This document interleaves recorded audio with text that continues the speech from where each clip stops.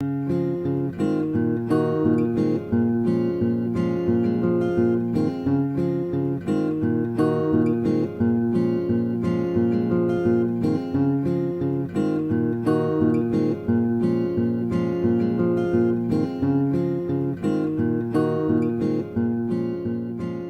is me. I'm Lydia Winters. I am a content creator on YouTube, and I am Mojang's Director of Fun. I'm going to talk to you today about something that I haven't spoken about before because that's what we were asked to do. So a typical time that I talk is like basically sometimes 7,500 screaming kids that love our game Minecraft, and they're all yelling and I'm all running around the stage, and this is kind of the opposite of that. So I felt like I wanted to be more intimate and vulnerable because it's a kind of group that you're able to do that. So first, though, I wanted to establish some credibility for myself so you kind of know something about me before I start talking. So this is me. I was a teacher, and then I didn't know what I wanted to do, and I kind of came up with this idea to raise money for breast cancer research because I have a very high percentage chance of getting breast cancer.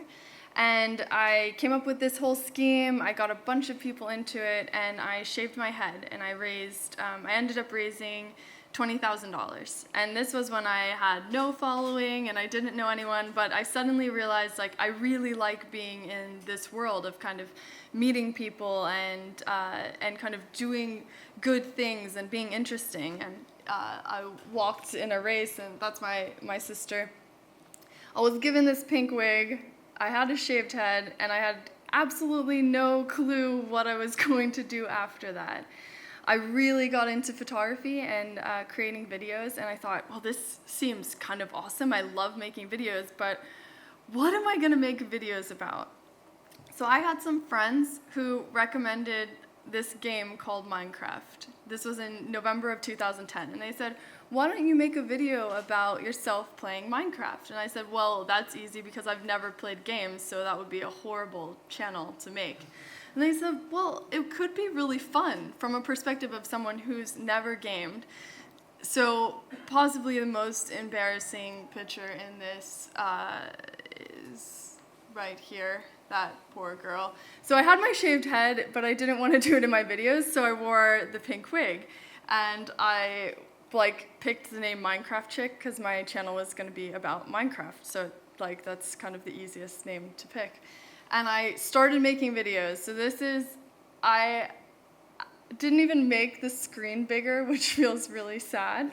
I didn't know how to walk in the game because that's how much of a video game noob I was. I didn't know that you use WASD. So in this video, I had to actually pause my recording and try to Google search how to walk in Minecraft.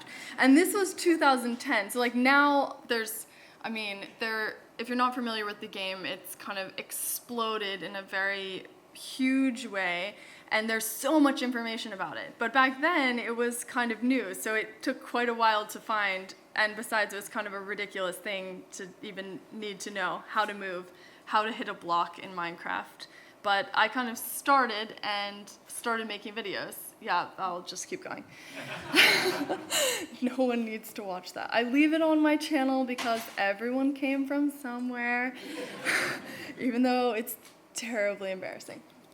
But I've had the chance to travel around the world. These are kind of some of my highlight spots, places that I never thought I would be able to go. I travel for work, which after making the videos, I ended up meeting the creator and the founders, and they really liked me and hired me pretty much on the spot in a weekend and decided that I would be Mojang's Director of Fun. And that kind of entails a lot of things, but it's working with the community, working on all of our merchandise now, kind of anything that goes out. I'm working with all different partners, Lego, Microsoft, kind of all of these big companies. I'm kind of right in there with all of them. But I've been able to do things that really scare me, I'm in Nigeria here, sitting on a toilet. I don't know, like the caption that I wrote was like, "There's no door here," which like seems like kind of a weird complaint now. But I've also really dark pictures. But we have a program where we work with UN Habitat. So I've been to Kenya twice, to Nairobi, to the slums in Kibera, things that I never, ever, ever, ever thought that I would do. My sister was always kind of really adventurous, and she would go on medical trips around the world, and I was kind of like, yeah, I will like give you some money to do that. Like that will be my role in this. And all of a sudden I've found myself in the middle of it. These are images from the Victoria and Albert Museum in London. We had a Minecraft Friday late there, where we were able to kind of transform the museum, and this was one of the many projects that I've been able to work on at Mojang, where it's kind of this crazy, insane mashup of kind of getting kids to come to the museum who may never have come before. So here I actually had a friend of mine who's an incredible artist. He made kind of a statue that looked like the marble statues in this huge hall in the opening of the Victoria and Albert Museum. And it was just a kind of crazy, mind-blowing experience. This is kind of recent. I got named one of the people to watch in Swedish tech, like one of the girls. And I mean, credentials-wise, they kind of say like she has a lot of Twitter followers, which I was like, isn't there something else to say? But they also said that I work at Mojang. So like I said before, I speak on stages for tons of people. We have a yearly event, and it's kind of crazy, and I'm running around, and it's awesome and completely energetic and kind of insane. And this is my personal stuff, which I'm very proud of. My channel has almost 100,000 subscribers. It would have been more if I hadn't kind of taken a job working for the company. But I have parody videos online of singing with millions of views, and this is how I feel all the time. This is me as a baby. Why I'm crying? Because I'm getting cake. It feels like maybe I wouldn't do that now. But I am constantly in a perpetual state of feeling like I'm an imposter in some way, or feeling insecure and feeling like, wow, you know, this anxiety level of I'm speaking at the Do lectures, and these are incredible people who have done all different things, and like, you know, I don't have this epic journey like Stephanie does, and like, what about this creative talent of Gavin, or I'm not crafty like Sarah. There's this kind of fear of like, I'm gonna stand up there and talk to people and not be able to actually like represent who I am.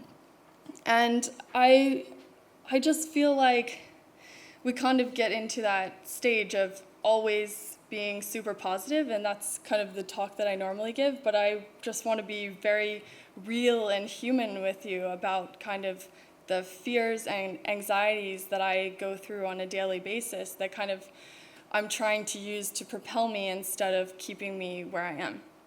So this is a story that I've never told publicly, but I was married, and no one knew that. I kept it very quiet online when I started my channel, because I was super young, but I was married, so it felt like weird to me to tell everyone, and we were having some trouble, and so I thought, like, I'm just gonna not say anything.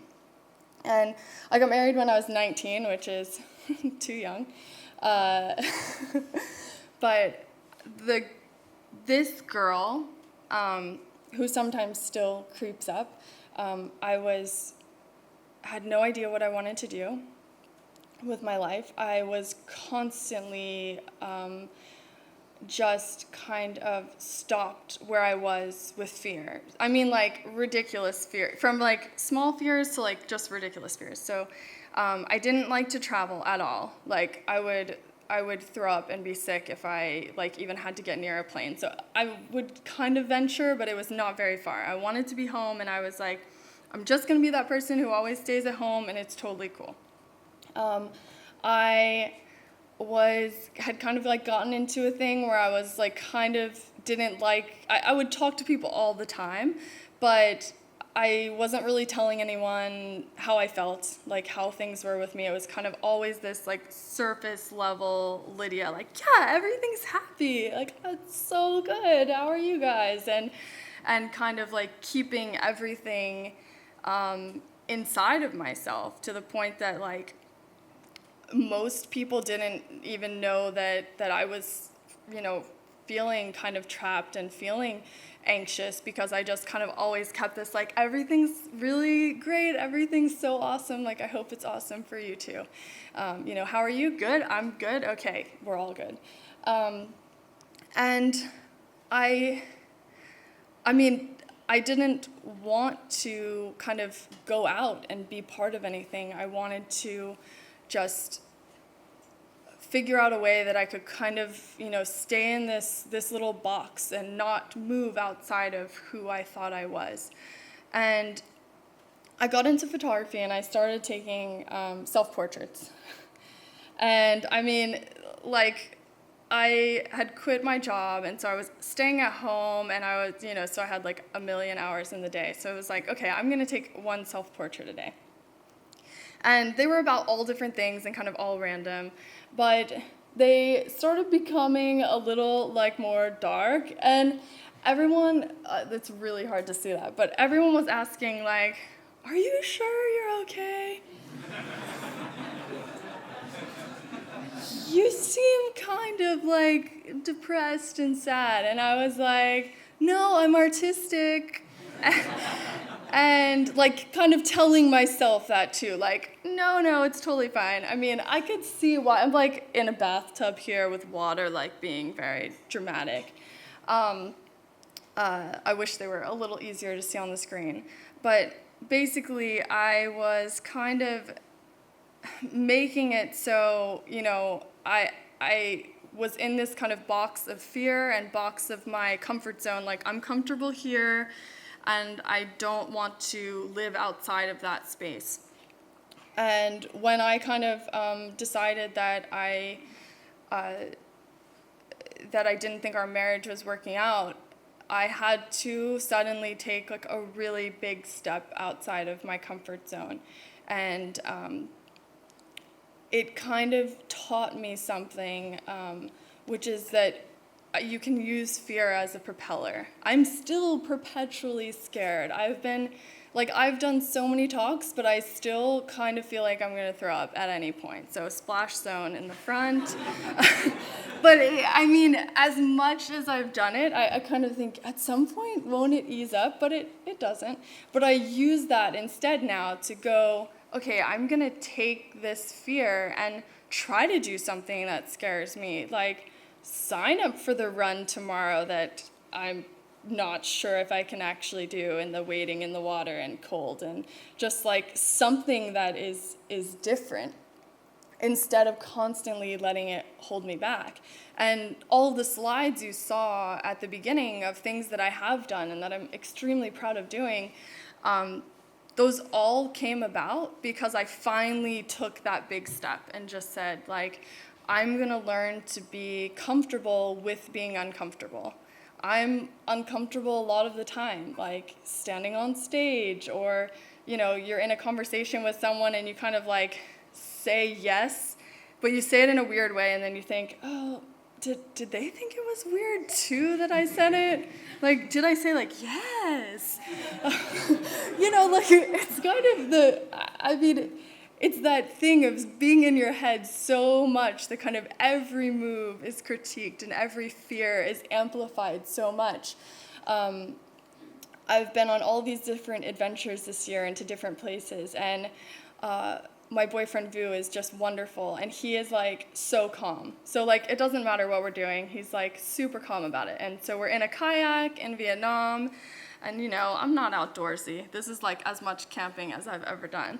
And we're kayaking, and he's the water starts getting like choppy, like we're kind of going up and down, at which point I'm like in complete freak out mode, like, I don't know, I really don't like this. And he's like, we're totally fine, just keep paddling.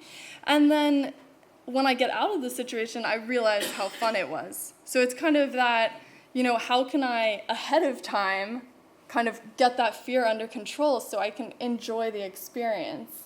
How can I be present and current in what I'm doing and let the fear move me instead of just making me kind of freak out and stay in place? I think I get caught up a lot in the idea that everyone has it all together.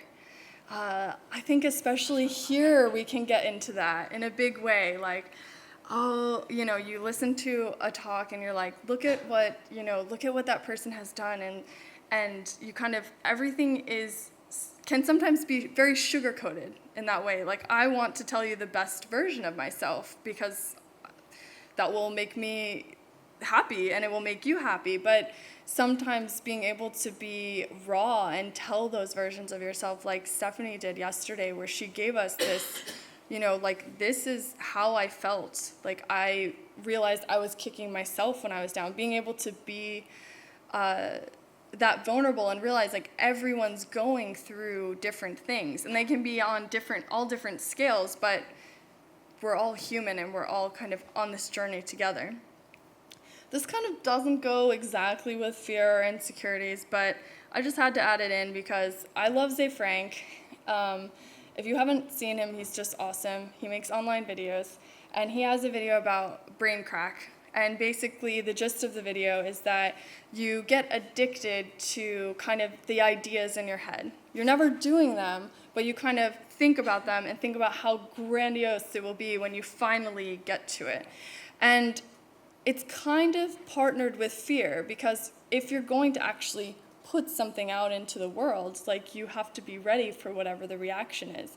So I find that a lot of times I've shot tons of video footage ready to go online, and then I'm like, make excuses as to why not to put it there. But it's just because I'm kind of nervous or fearful of what the reception will be. The curse of comparison, which is kind of the most obvious at something like this, where you're actually meeting people who you feel equally inspired and completely jealous of at the same time. It's so easy to go like, but what are my skills? You're always your toughest critic, so you're minimizing what you can do and kind of elevating what everyone else can do. And you get into a state, at least I do, of then I feel like I don't want to do anything. And I just kind of am paralyzed by this. But I'm not going to sing as well as this person. I'm not going to, I can't code. I can't do this. I can't. And then you end up in this kind of loop where all your energy is spent on doing nothing. I've always been in constant search of this big idea that I will have. Like, what is my big idea? What will be the thing that I do? What will I be known for? Have I accomplished enough? What will be so grand that everyone will love it? And over the course of the past few weeks, and especially listening to everyone yesterday, I realized that it really is about the journey. It's not about this big one thing that I do.